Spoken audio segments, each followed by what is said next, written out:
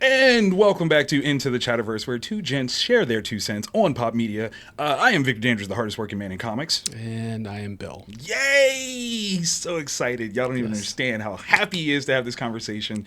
I think that this is one that, unlike most of the other things that we've done, which could kind of be evergreen and to a point, at least they're not necessarily about, one particular point in pop media. This one really is because we're going to talk about Madam Web. And I think there's a lot of conversation that needs to be had about this movie, specifically in terms of conversations of superhero fatigue and whether or not this actually was a miss, or was there kind of an expectation, a bar that it didn't meet. I openly say it didn't meet the bar, but did we set the bar too high for what this particular movie was supposed to be? And we'll start off with an admission.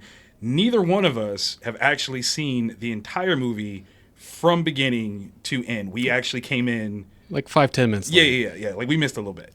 But it turns out that the beginning of the movie was explained to you through the movie. Throughout the whole thing. So, yeah. And that to me, okay, so I do want to set that up as part of a praise sandwich, if you will. That's a good thing, in my opinion. If we could miss the first 10, 15 minutes of a movie, but we have a full understanding of everything that we need to know, structurally, they've done what they need to in terms of a narrative. Now, does that mean that if you saw the whole thing, does it become repetitive? That is possible. I will give you that. Well, but if you think about the movie, that's the point of the movie. That is the point. That is absolutely the point. Excuse me. And one of the things that I really personally had to think about was all of the critics were calling it a Spider-Man spinoff, and I feel like that's inappropriate for what the actual context and tone of this movie is. And one of the parts about it that I think is so important is the time frame of this movie. And we're sure it's securely said that it's 2003, correct? Yeah, that's what it said. Okay. After she's born, yeah, because that's where I came in, it immediately goes flash forwards to 2003. Okay, good. By the way, 2003, where airbags were invented 4 years earlier. Yeah, but it was an older car. It was an older It didn't car. look like an older car. Someone tried to make that they're like, well, what model was the car? I go, it looked brand new. Yeah, and it was a New York taxi. Oh yeah. No. You can't go, well, maybe they cleaned it. Like, no. New York taxi. No, nope, not at all. Okay, so in this setup, because it's 2003, right? And very pointedly, Peter Parker is not in this movie officially. Can we say that this is Tom Holland Spider-Man? Like, that is the world that this is. Well, no, you can't say that. You can't say that. You can't say that. Why can't they say that? Well, first of all, you can't say it from watching the movie. Well, that is also true. Because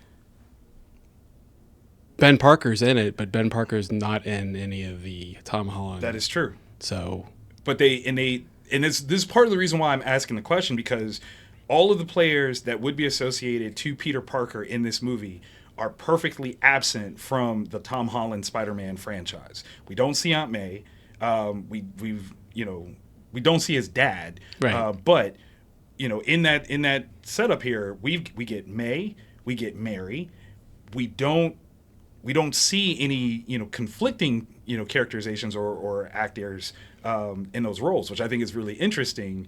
If that's the setup, that this is in fact the Tom Holland universe, but we are not showcasing those other people. Well, if it's a Tom Holland universe, then it's a universe that doesn't have Venom in it. True. Now, or Morbius. Also true.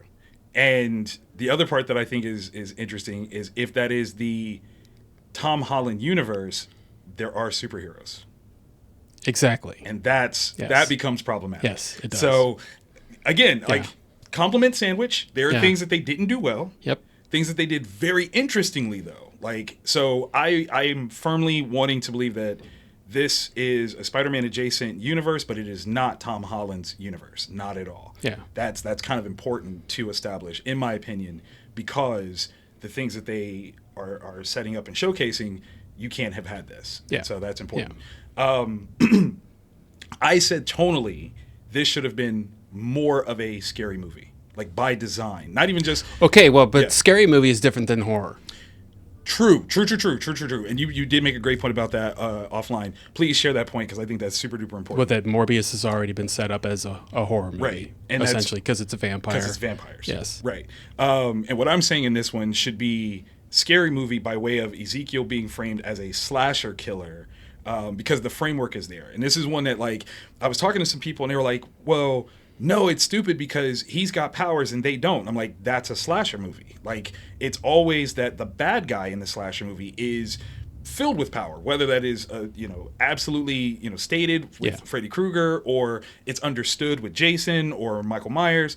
This guy won't die easily. Like, things that would normally kill, break, hurt a regular human don't affect this person. So, boom, now you've got this perfect setup where this guy, for whatever reason, starts hunting these girls.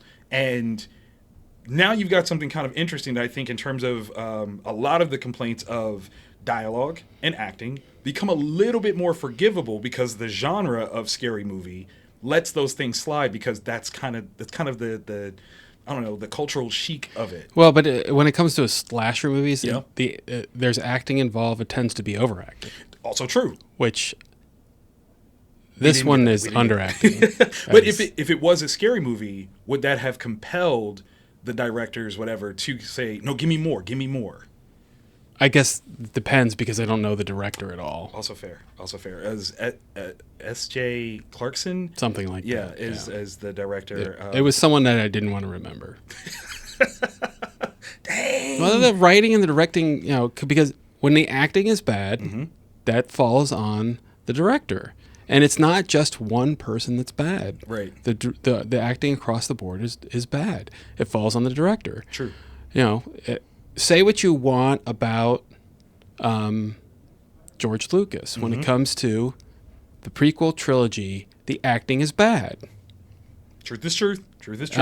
And that falls on him. He was too worried about the look of the movie, and that would just, that's good. Like, Natalie Portman was terrible. Natalie Portman is not a terrible actress. That is true. And, she's not. And Ewan McGregor was, Right. And Ewan McGregor is great. Even in was Birds of Prey. I literally just was watching that this morning. Yeah, and no reason. And he was great. Yeah.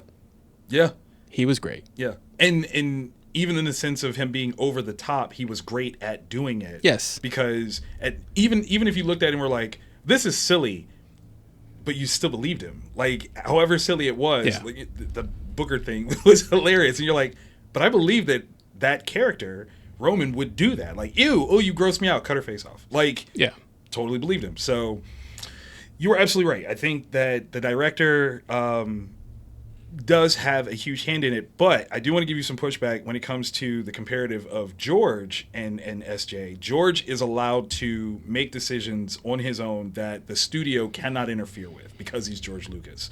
I don't think that SJ has that opportunity, and I have to wonder how much studio influence was, like, kind of the reason for some of these performances being in the final shots that we got. Okay, so when you say things like that, you think about all the Marvel movies that were made. Yes.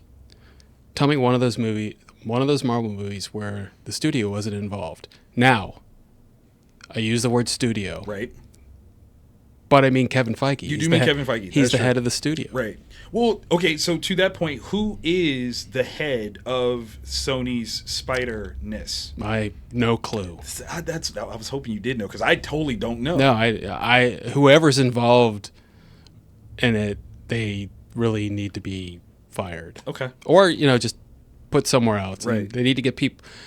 It's easy to say we need someone like Kevin Feige. Right. To run this thing, but look at everything that Kevin Feige did before Iron Man came out. There was a lot of things. I mean, he was involved in all of the X-Men movies. Yes, all the X-Men. He was even in Spider-Man's, right? I think so. Yeah, he worked with Raimi too. So he was a part of everything. Yeah. And so he's seen the good and the bad. Exactly. And exactly.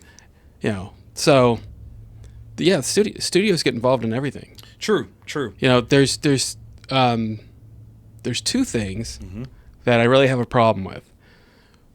When people go, the studio was too involved, or they're basically saying they got in the way. Well, it's their money. Also true. So, It's my money. I get to say what I want to say. yeah, You're they're gonna putting listen. up a lot. Right? And the other one, superhero fatigue. Okay. Okay, so this is my problem with that. Yeah. And I talked to our buddy Ken Mm-hmm. the other night. I asked him if he had superhero fatigue, and he said, "Well, no." He goes, "But then I stopped watching superhero movies." So he goes, "Well, I guess I do have Yeah, superhero that is fatigue." superhero fatigue for sure. I go, "Okay, so now that you've said it that way, let me reframe it. Okay. Are you tired of seeing bad movies?" Ooh. And that is what it yes. is. It's not it because you look at all the movies that have come out in phase 4 and phase 5 so far. I would say that the good ones are No Way Home Okay. and Guardians 3. Yep.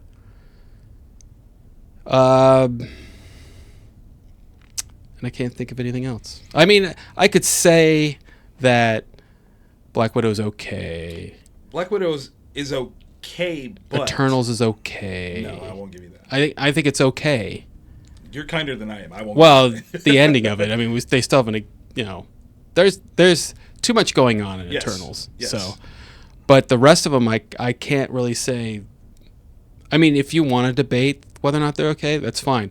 But the problem is that you have a movie like Doctor Strange come out and it made a lot of money. It did, and it it was wasn't just very okay. good. It was But a lot just of people okay. are like, but that it's a Raimi movie and it felt, and that's fine. Yeah. I have no problem with that. But then you have a movie like Did it feel like a Raimi movie though? it didn't Like- it felt. I've heard a few people say that it felt like a Raimi movie, and it didn't. It had moments, Yeah. That's but not the same thing. I didn't feel like it was a Raimi movie. Right. And then you had Love and Thunder come out, and that's just not a good movie at all. No. But it made a lot of money. It did. It did. And then And that Marvel's becomes a problem right Marvel's comes out, Mm-hmm. and it made a little over $200 million worldwide, not opening weekend, not Okay. domestic gross, worldwide, Okay. like $206 million, and two of the characters you had to watch on TV to know who they were, Sure. and not free TV, No. something you had to pay for. That's right. That's right. So the superhero fatigue thing, if you want to battle, Yeah. then bring that on, because you're not ever going to change my mind on that. It's not fatigue that's the problem. Right. Well, okay, so one of the things that I have as a pushback for those people that claim superhero fatigue, especially when it comes to Madam Web, is I think one of the other issues that becomes, I don't even know what to call it, for longstanding comic book fans, is there isn't the essence of mystery anymore. And it's a matter of execution. How well did you do this thing like the thing that I already know that you're supposed to do? Because if you look at a certain point from like Age of Ultron forward, a lot of the big stories are based on actual storylines from the comics, and now it's a matter of how well did you execute it towards that. And if that's what it is, it kind of gets away, I don't want to give it fatigue, but it gets in the way of the sheer wonderment of what Phase 1 was. Even though Avengers 1 is basically what Avengers Issue 1 was, it wasn't at the same time, because there was something, we didn't know what it was. We had no idea exactly what we were going to get. Right. And that's part of the benefit of this thing, is having no idea what we're going to get. So by the time Avengers came out, Right. we'd had 2 Iron Mans. Right. We'd had 1+ Hulks, Sure.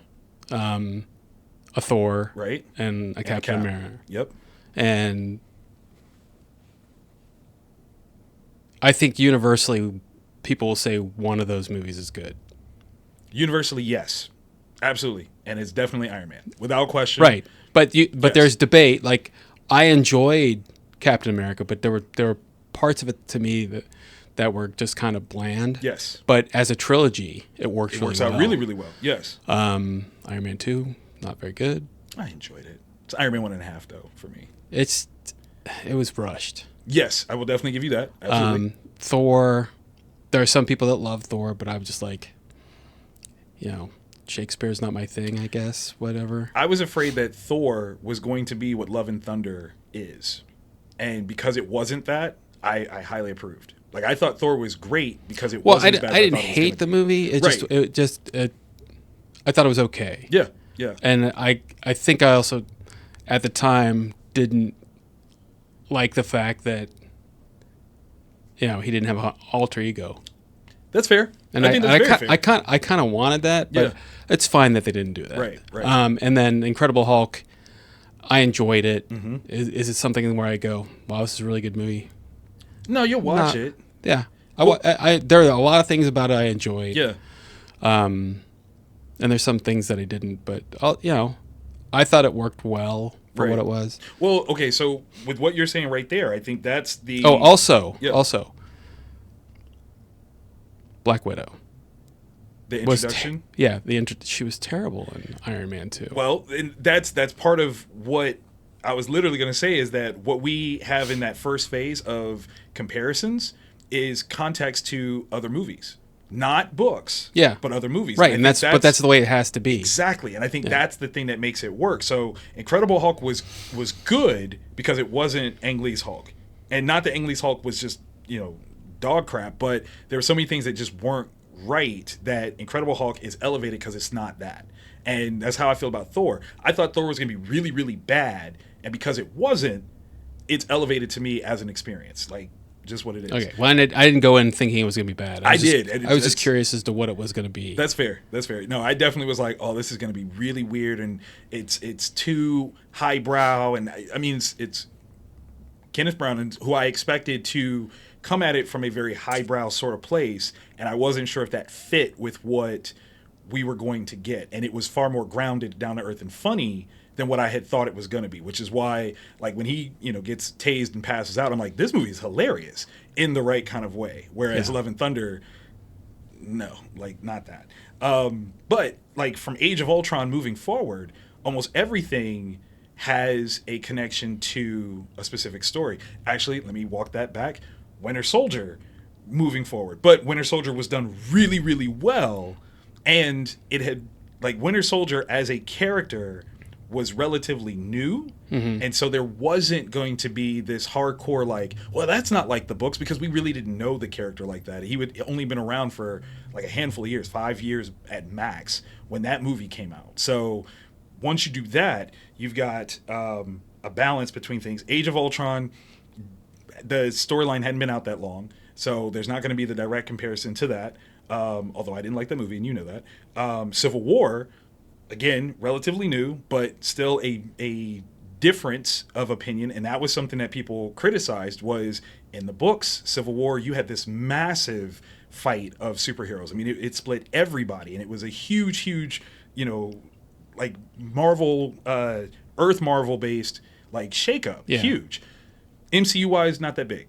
You're talking less than 10 people mad, like, overall. So, I mean, they want them to go all out on a non-Avengers movie. That's because that's what it is. It's not called Avengers Civil War. Right. It's called Captain America. Called Captain America Civil War. And people will say it's Avengers 2.5, and I have no problem with that. Same. But it's Captain America along with Bucky. Yeah. Or Winter Soldier. Still, however. yeah. But so, then that's why when it comes to, Infinity War and Endgame, especially Endgame, that you have the huge battles, because it's everybody. That's it. It's a group thing, It's a great. It's just like when I made the comment about Don Blake. Comic books are different than movies, just like books are different than movies. True. Just like books are different than comic books. You have to make a story that's compelling. It's, what, we'll take it back to Star Trek. It wasn't necessarily that the Star Trek movies were bad, that they kept making less and less money. It's that they never made anything that brought in more fans to the fan base. Right. And literally, the fan base was dying off. So, to that, I think that's basically what I'm saying about this superhero idea that is based so directly on the comic books. Those of us that are fans of the comic books are coming, but it could be overwhelming if you're not familiar with the comics, and I don't know what this is, so I don't want to check it out. And that's one of the things that I think Madam Web offered as a unique opportunity. This wasn't based on a comic book. And in fact, most of our understanding of who Madam Web is, she's an old lady. Right. So this is totally different from what we expected when you say we're going to make a Madam Web movie. Because I know I definitely was like, why in the world are we making a movie off of her?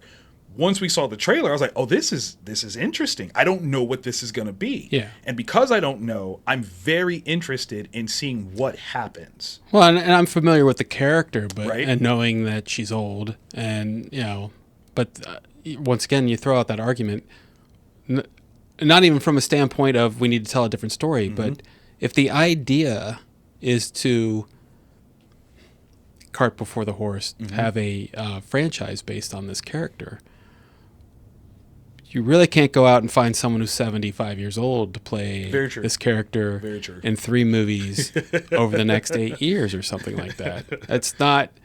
That's not fair to anyone. Right. Now, if they said, we're going to take this actress for this movie and then swap actresses playing the role of Madam Web, I'd be all for that.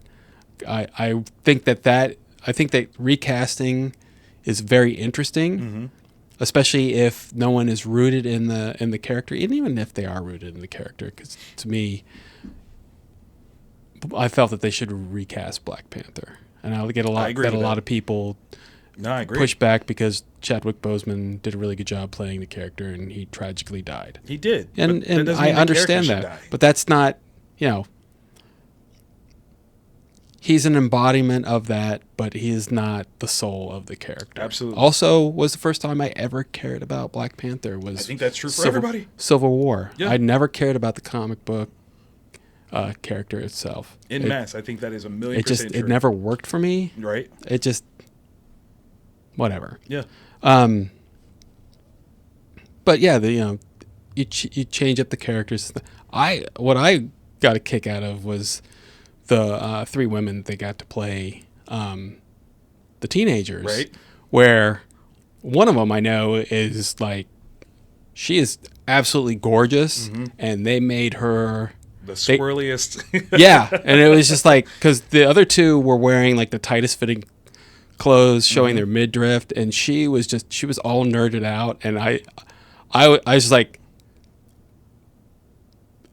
I was just shocked by that because they actually did a very good job on it. Right. Knowing that, apparently if you look at her Instagram, she showed pictures of her in the costume. Oh, wow. And everyone was like, she's like, good morning, everyone. And everyone's like, oh, okay. Great day. Spidey sense tingling. I like the casting. The girls, that was fine. I normally like Dakota Johnson. I didn't really care for her in this. Adam Scott wasn't Adam Scott, which is, I guess, is okay, but also it was just a bland Ben Parker. Do we know much about Ben? Like, are there many iterations where we get to dig into who he is under any circumstance? Like, we just know that he was, a great father figure. He was a great father figure. That's true. But like, I like the idea of him being an EMT. Like, I don't know if that's canon anywhere else. No, I don't. What he does for a living, whatever. That's fine. Works. I thought that was very smart. Again, compliment sandwich. I give them mad credit for having a very diverse cast without saying, "Hey, look, it's diverse." You had the ladies, especially the young Spider Women, having a very vastly different perspective on a lot of things. I love the fact that the black girl actually came from super privilege, and that was a beautiful thing. Yeah. There was a lot of wonderful nuance to those characters that I enjoyed a lot. I do think that this could have been the beginnings of a new franchise, and I think we kind of talked about this when we talked about the idea that the ladies thought that they were joining the MCU. Yeah. And that was a misnomer. But here's my question to you. Do you think that Sony has the rights to make TV shows, live action TV shows, of the Spider adjacent characters and not specifically I think Spider-Man? it's only movies.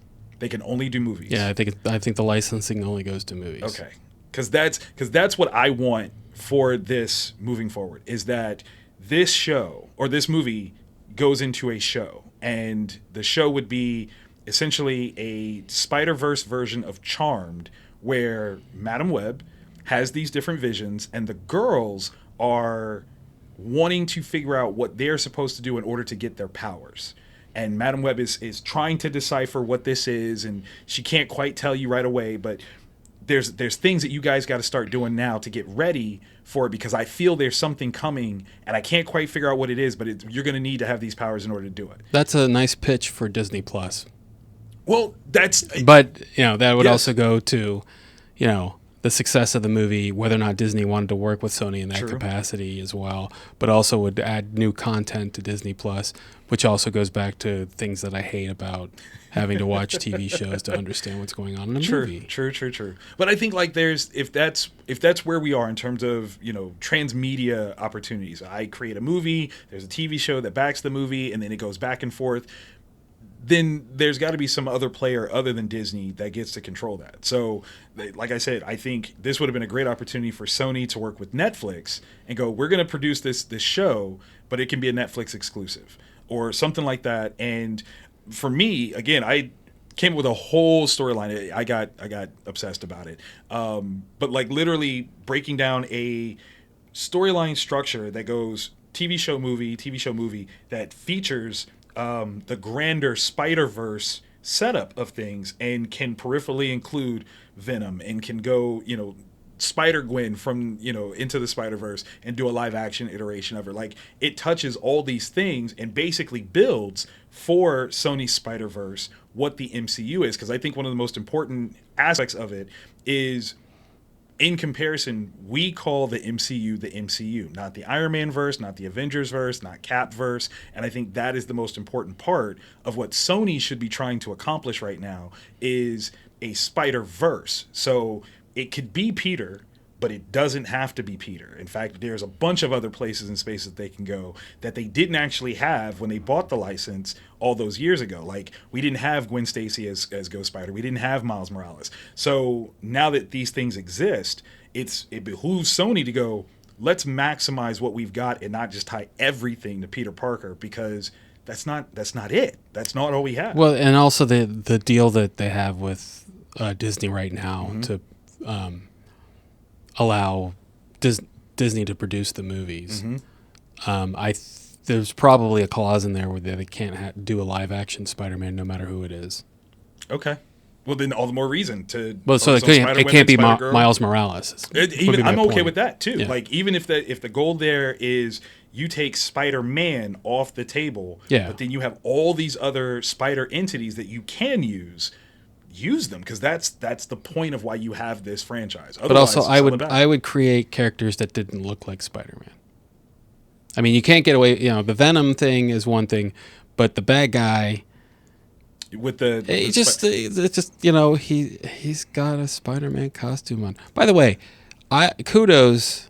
Sometimes it did look but kudos to the budget. It was $80 million. Oh, that's not bad.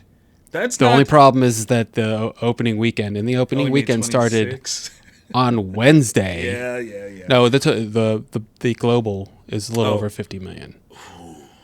And that's a problem. Yeah, that is a problem. Especially when normal global box offices are 2/3 international, 1/3 domestic. Yeah, that's no good. So even if, it was 2/3, it would still be, you're looking at 60 million. Yeah. But, it would have a chance if word of mouth was good. Yeah, but word of mouth isn't. And I think even on like Rotten Tomatoes, the audience score is 55%. But once again, I don't think it's nearly as bad as Morbius. Right. I was very happy that there was no post-credit scene. Yeah. But I throw out things about studio interference and what people perceive as superhero fatigue. When people say they have superhero fatigue, I don't think they liked superheroes to begin with. Oh, that's a really good point. And because I have a friend that why does it have to be, why do they all have to be in costumes and everything? I go, well, just go, you don't have a problem with Star Wars. They're in costume. Until he didn't have a problem until I said that every Star Wars movie was made for a 12-year-old, and then he's like, "You just ruined Star Wars for me." Like, it was there the whole time, though. I was gonna say, you just didn't realize it. Like, I just told you the truth. You mad at me? That happens. But and I get it. You don't have to go see it, but less and less people are going to see these. But I think it's mostly because they're bad, because they do have a bad taste in their mouth from spending all this money, trying to figure out if the movie they watched was bad. It was bad. Right. There's some people, like I know someone that watched this, he knew right off the bat that it was bad. Right. But enjoyed it because of how I think unintentionally campy the movie is. I can see that. I can definitely see that. It does have the potential of getting cult classic status. Yeah. Right. My biggest problem with the movie are the little things, like no airbags. Right. Like when the dump truck hits the ambulance. Yeah. Did you see the wide angle on that? Yes. Yeah, he had like 10 or 15 feet more to go before he'd have to go off the pier. So why was he driving so fast? Right. And then the end sequence when she keeps looking at the sign. When you're a quarterback, you're not supposed to eye the primary receiver. What? You don't want to lead? Because guess what happens? The ball gets picked off. So I'm just like, she keeps looking at him like, no, you wouldn't do that. You would no. It's not going to work now. You can't do that. You can't do that. She should have took a page out of Doctor Strange's book and was like, I can't tell you what it. Just one finger and then stuff happens. Yeah. I think there were definitely ways of saving this movie. Yes. I just think that they didn't know how to at the time. I can definitely see that. Being a Monday morning quarterback about it, I can definitely see that there are nuanced things that they could have definitely done better that they didn't, and that's where this movie truly fell. But in the overall concept of it, the setup of the story, what that's supposed to be, I think those was really strong ideas. Just the execution, and I'm really big on saying that. You can have the greatest concepts of all time. The thing that you will be known for is your execution. So also, don't tell me that if I accept the power, then I'll get the responsibility or whatever it was that they kept saying. And I'm like, stop it. Just stop it. No, if you accept the responsibility, then you'll be empowered. Yeah. See, I didn't say it. I flipped it. See, I flipped it around. But he said it over and over again. It was just driving me nuts. I like the idea of the movie. I thought the story, it had a good story to it. It had very poor execution. Had it been executed better, I would have liked to have seen more of this. I don't really care if I see more of this. That's fair. Especially at the end when it's just like everything is peachy keen. She's in a wheelchair, blind, right? And but it's as it's supposed there are to be. 3 minors living with her. Yeah. That my family abandoned me. Like, I'll take you. You're telling me that doesn't sound like a TV show? That's perfectly different strokes, different folks, whatever. Well, especially the one where it's just like, I don't think my dad's new family, he's got his new family, so he doesn't want me around. They didn't even notice I had left. Like, ma'am, there's probably like an APB out for you right now. Right. Because you are a runaway. Good job. Yeah.